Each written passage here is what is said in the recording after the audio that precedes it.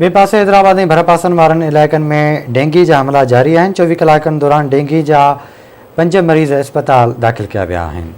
ख़बर सां शेयर कंदा आलू। अहम ख़बर आहे, हैदराबाद ऐं भरपासे वारनि इलाइक़नि में डेंगी जा हमला जारी आहिनि। गुज़िरियल 24 कलाकनि दौरान डेंगी जा 5 मरीज़ अस्पताल में दाख़िल आहिनि। सिविल अस्पताल में दाख़िल डेंगी मरीज़नि जो अंग 16 थी वियो आहे।